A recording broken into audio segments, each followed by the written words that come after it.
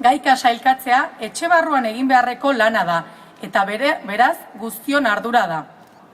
Egunerokoan egiten diren aldaketa txikiek pauso handiak markatzen bai dituzte.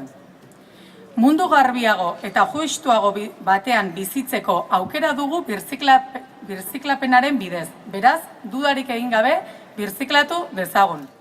Eskualdeko etxetan gaika sailkatzen den kopuru hori handitu nahi dugu eta hori oinarri hartuta birziklapenaren bira hau jarriko dugu martxan.